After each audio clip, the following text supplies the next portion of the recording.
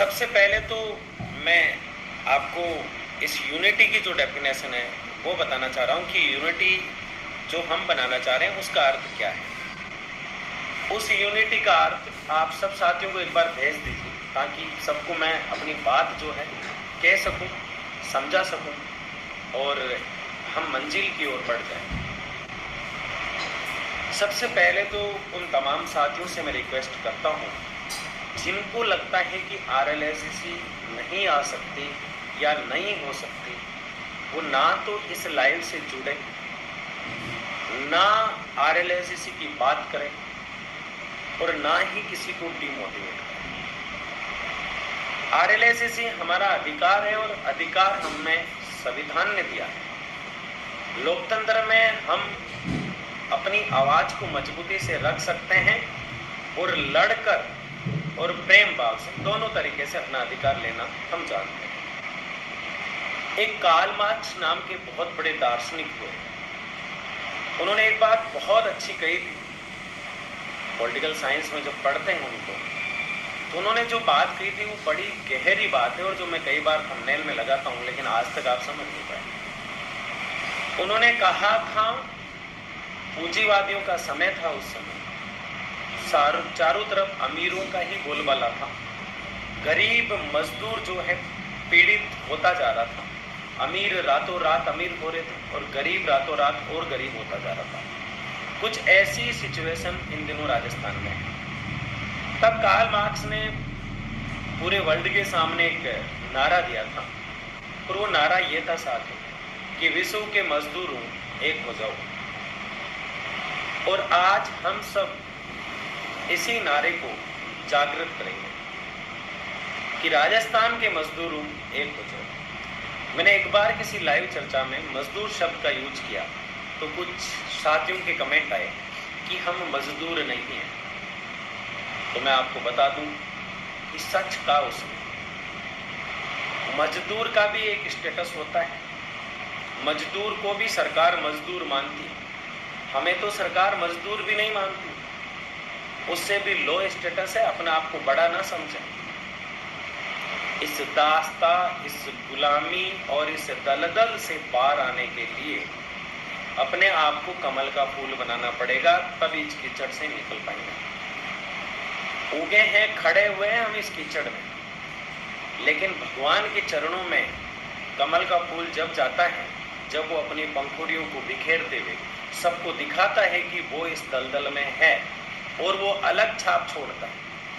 भरे कीचड़ के अंदर कमल का फूल अलग दिख जाता है। राजस्थान की इस भीड़ में मजदूरों को अलग दिखना है और उसके लिए कुछ करना ही होगा। वो क्या करना है, किस तरह से करना है, इस पे बात करते हुए सबसे बड़ी चीज जो मैं कहता हूँ, अच्छी संख्या में आप जुड़ रहे हैं, वो है यूनिटी। और इसी पे मुझे बात करना था कि यूनिटी क्या। बात करूंगा आपसे कि मैं जब इस मुद्दे से जुड़ा तो उस समय जेलन हॉस्पिटल अजमेर के कुछ साथी मेरे साथ जुड़े थे। स्टार्टिंग में मैंने जब फर्स्ट वीडियो बनाया था तो 10 या 12 लोग थे। धीरे धीरे धीरे धीरे लाइव जब किया करते थे 5 या 7 लोग आया करते थे। और फिर इस मुद्दे को जब हम लेकर चलें तो कई बार सेक्रेटरीट, कई बार मंत्रालय, कई बार जयपुर में अलग अलग लोगों से मिलना, दिल्ली तक जाना, एकजुट करना और एक सफलतापूर्वक धरना करना, ये सारे प्लान हमारे लिए गए। इन सारे प्लानों के पीछे हमेशा मैंने एक बात कही, यूनिटी यूनिटी यूनिटी। यूनिटी का मतलब है कि हमें RLSCC जिसकी हम मांग कर रहे हैं वो हमारी जिंदगी का अब एक ड्रीम बन चुका है और उस ड्रीम को अगर फुलफिल नहीं करते तो हम सब टूट जाएंगे। RLSCC ही हमारे लिए सब कुछ है। इसके लिए खून पसीना कुछ भी बहाना पड़े तो हम बहाने को तैयार है, ये हम सबको शपथ लेनी पड़ेगी। और इसके लिए रोज खुद को पर्सनल तरीके से 20-25 मिनट लोगों को बताना है, अपने साथियों को बताना है कि इससे ये फायदे हैं, इससे ये नुकसान है। अभी तक ये हो रहा था, अब ये होगा और इससे हम जुड़ेंगे। आज तक हम नहीं जुड़े। सच ये नहीं है 260 लोग जो दिख रहे हैं। जो व्यक्ति जागृत है, कुछ लोगों के जैसे जेके जी थे, कुछ लोगों के आप कमेंट देख रहे हैं, परमानेंट जुड़ रहे हैं, रोज वार्ता होती है तो रोज जुड़ते हैं, और इतना मैं डिस्टर्ब आपको करता ही नहीं पिछले काफी दिनों से। रोज होती है तो रोज जुड़ते हैं, 10 दिन में होती है तो 10 दिन जुड़ते हैं, और जिस दिन 5-7 दिन वार्ता नहीं होती है, हमारी बातचीत नहीं होती है, तो मैसेज आने लग जाते हैं उनके कि सर जल्दी से लाइव किया जाए, हम सब बात करना चाहते हैं। पर एक दिन का बहिष्कार नहीं कर सकते कि हम काम नहीं करना चाहते, नई भर्तियां नहीं होने देंगे और ना हम काम करेंगे, लेकिन ऐसी क्षमता नहीं है। अगर एक छोटे से डिपार्टमेंट में ये लेवल नहीं आ सकता, ये यूनिटी नहीं आ सकती, तो बड़े लेवल पे लाने के लिए तो समय तो लगेगा। और जितना समय यूनिटी बनाने में लगाओगे, जितना एक दूसरे को जोड़ने में लगाओगे, उतना ही हमें शोषण से बाहर निकलने में समय लगेगा। अगर इस शोषण से और दासता से बाहर आना है तो प्रत्येक व्यक्ति को 10-20 मिनट निकालने पड़ेंगे। हम फालतू गपशप करने के लिए समय निकाल लेते हैं, फालतू बातें करने के लिए समय निकाल लेते हैं, तो अपने सपनों को साकार करने के लिए क्यों नहीं निकाल सकते? डेफिनेटली निकाल सकते। हमें कुछ नहीं करना है, हमें सबको एकजुट करके सरकार को ताकत दिखानी है। सरकार को ये बताना है कि हम इतने लोग हैं और वास्तव में पीड़ित हैं, वास्तव में पीड़ित हैं। और जितने भी अध्यक्ष महोदय कोई जुड़ा हुआ है तो उससे मेरा यही कहना है, बजट आया, बजट में कुछ नहीं मिला, इसका मतलब आप अपने आप को अध्यक्ष मानते हैं तो अपने डिपार्टमेंट को लेकर सड़क पे उतर जाना चाहिए था आपको।